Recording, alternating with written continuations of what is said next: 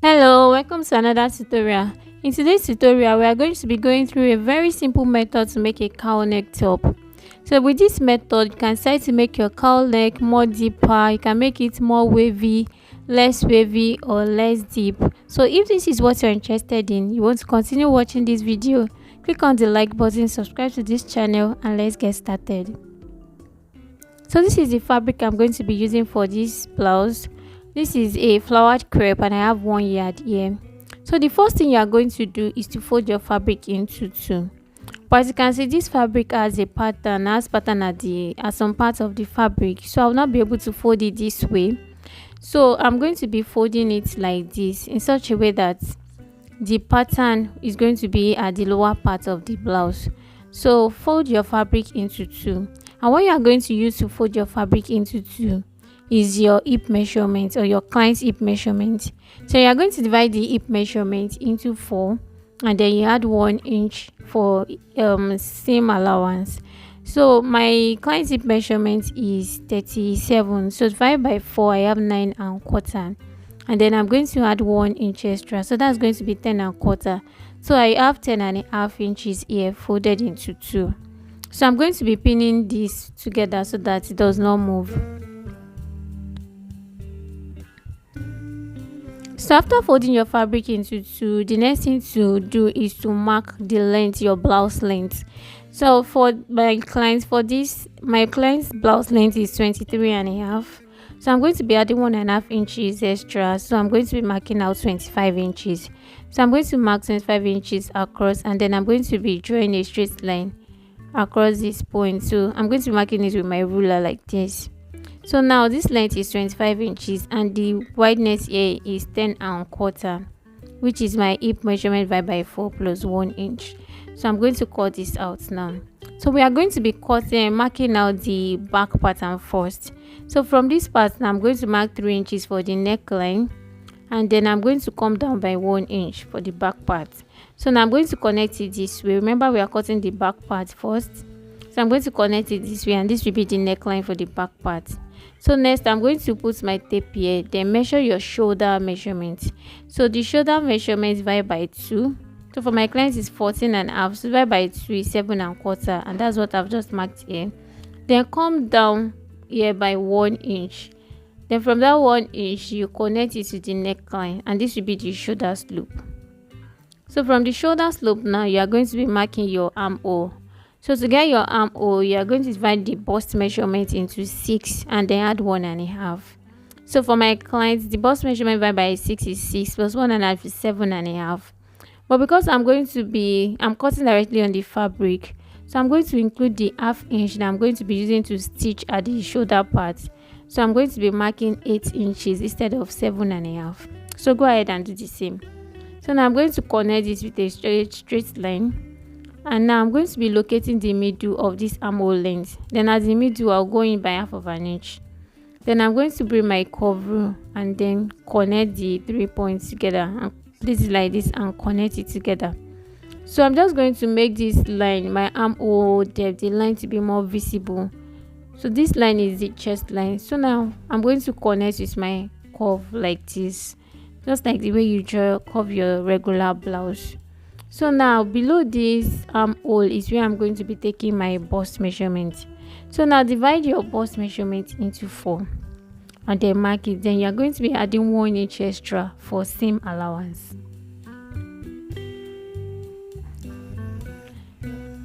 So after this, you are going to be marking your half length measurement. So from the shoulder line, mark your half length measurement.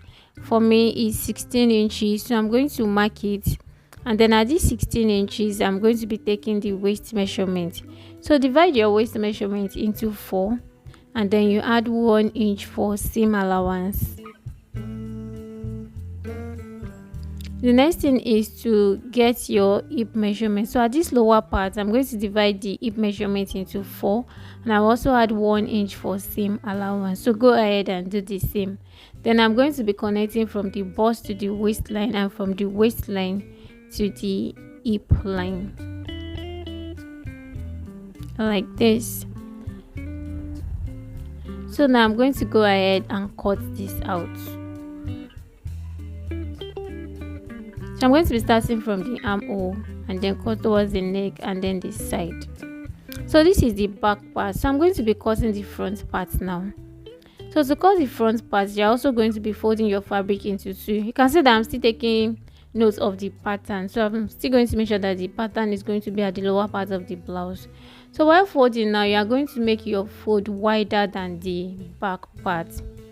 So now, to know how wide you want it to be, what you are going to do is just place your back part on it this way. Make it align equally. You are going to place it at the center, the way this is. You can see the way I'm placing it. You are going to place it directly like this. Then what you are going to do is you are going to be tilting it a little bit. You can see what I'm doing. So this lower part, you can see that it's still where it is, but it's just this upper part that I tilt a little bit. So now you are going to measure the space at this upper part. I'm going to measure the space at which you tilt. So for me, I want mine to be 4 inches, because the space that you have here is going to determine how deep your cowl neck is going to be and how wavy it's going to be. So because I don't want mine to be too wavy or too deep, so I'm just putting 4 inches. So if you want yours to be more wavy or more deep, you can try to use 6 inches, 5 inches, 7, depending on how deep you want it to be. So here I have 4 inches here, and for the neck I use 3 inches. So by the time I stitch this blouse, the depth of the neckline is going to be 7 inches. So depending on how much you want your neckline to be, so that's what is going to determine how much space you put in between here. And as you can see that the lower part I make sure that it's touching some fabric. So just tilt it this way. This is the easiest method to get a cowl neck line. What I'm going to do now is to measure the shoulder for this back part.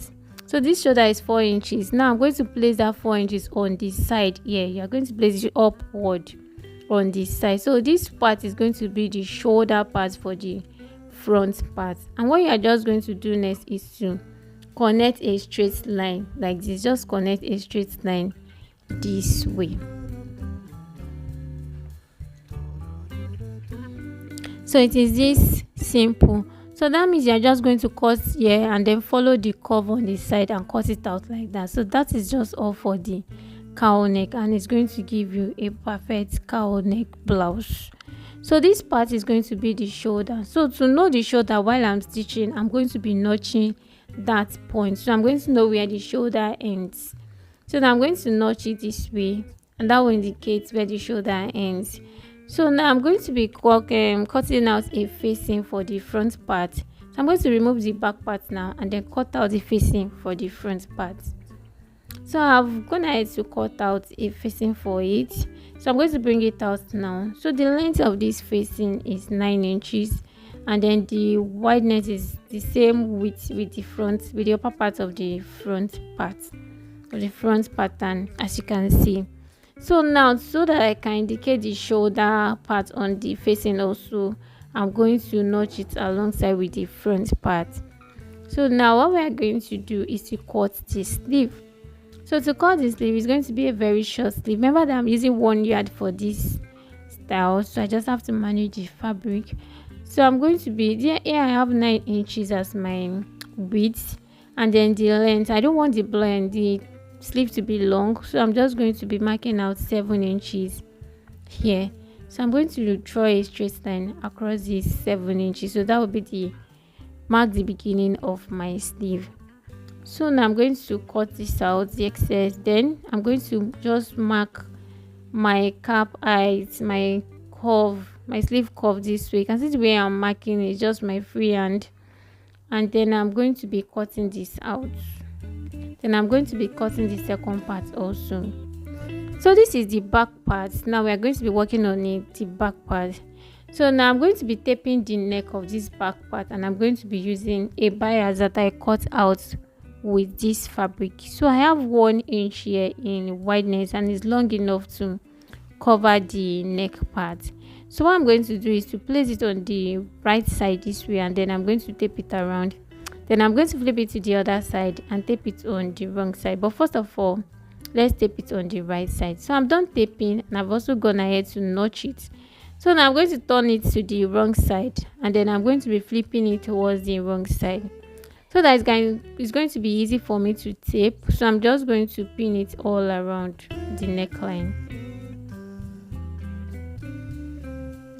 So after pinning it, I'm going to be folding it in by 1/2 inch. So I'm going to fold it in this way by 1/2 inch, and then I'm going to be stitching it all the way around.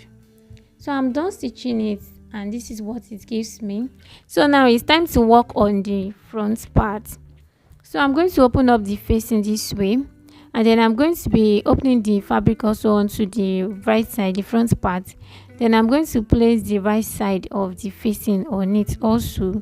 Then I'm going to be stitching it together. So that means I'm going to be stitching it on the wrong side. So I'm going to stitch it together like this by 1/2 inch. So I'm done stitching it. Now I'm going to open it up and then iron it flatly. So while ironing, I'm going to make sure that it's aligned at this upper part and one is not shifting towards the other. So I'm done ironing it, and this is it. And so what I'm going to be doing now is you can see this lower part also, I'm going to be taping it so that that part can be neat. So now I'm going to bring the back part and I will be joining the shoulders. So don't forget that for the front, the shoulder is at the side here. So now I'm going to place the right side of the back part on the right side of the front part at the shoulder area. I hope you get what I'm saying. So now after the right side is facing the right side, I'm going to be flipping it around with the facing. So by the time I flip it around with the facing, so the back part will be in between the front part and the facing. I hope you get what I'm saying. So now I'm going to pin it together, and then I'm going to be stitching it down. So I'm going to pin it on the second side too, at the end of the shoulder here. Then I'm going to pin it this way. Now I'm going to be stitching it by 1/2 inch, and I'm going to be stopping where I notch to be the end of my shoulder. I hope you get that. So this is it. I'm done stitching one side. So now I'm going to be stitching the second side also. So I'm going to flip it to the, you can see the way I'm placing it, the right side is still facing the right side. Now I'm going to join the shoulder of the back to the front. So I'm going to place it on that of the front like this. And now I'm going to be flipping the facing around it just like I did to the other side. So I'm going to be flipping the facing around it like this. So this way the shoulder for the back will be in between that of the front and the facing. I hope you get it. So now I'm going to pin it together this way. And then I'm going to pin it together on the second side also, so that it's going to be easier for me to stitch together. So now I'll stitch it by 1/2 inch and stop where I notch the end of my shoulder. So now this is what it looks like. You can see that it's already giving the cowl neck already. So what we are going to do next is to fix the sleeve. So you can see that I already fold the lower part, and this side where the facing is attached to the shoulder. So I'm going to be stitching that part of the armhole together also. So now I'm going to open it up this way, and I'm going to be fixing the sleeve on it. So this is the sleeve. I'm going to fold the sleeve up by 1 inch like this, and then fold it again by 1/2 inch or 1/4 inch, whichever one that is easier for you to do. So I'm just going to, you can go ahead to pin it down so that it's going to be easier for you to do. So I'm done stitching it. Now I'm going to fold it into 2 and then notch the center. After notching the center, I'm going to bring the blouse and then open it up to the shoulder area. So at the shoulder point, I'm going to be fixing my sleeve. So the center where I notch, I'm going to place it at the shoulder. Then I'm going to be stitching it this way, and the second side also. Then I'm going to be doing the same thing to the second part of the armhole. So I'm done fixing the 2 sleeves. So what is next is to pin the sides together and then stitch them together. So now I'm going to pin the sides, and I'm going to be marking the seam allowance, which is 1 inch all the way down. So I'm going to be marking this on both sides. After marking it, I'm going to be stitching it together. I'm going to be stitching it down. So for the sleeve part, I'm just going to measure the round sleeve and divide it by 2. Then I will add 1 inch extra because it's not going to be a fitted sleeve. So now I'm going to connect this to the other part of the body where I'm marking 1 inch seam allowance. So I'm going to mark the second side also and then stitch both sides. So I'm done stitching it. The next thing now is to fold the lower part. So I'm going to fold by half of an inch first and then fold again by half of an inch, and then I'm going to be stitching it all around. So I'm done stitching the blouse. You can see what it looks like. You can see how beautiful it's looking already. So thank you so much for watching. Don't forget to like this video, subscribe to this channel, and I'll see you in my next video. Bye.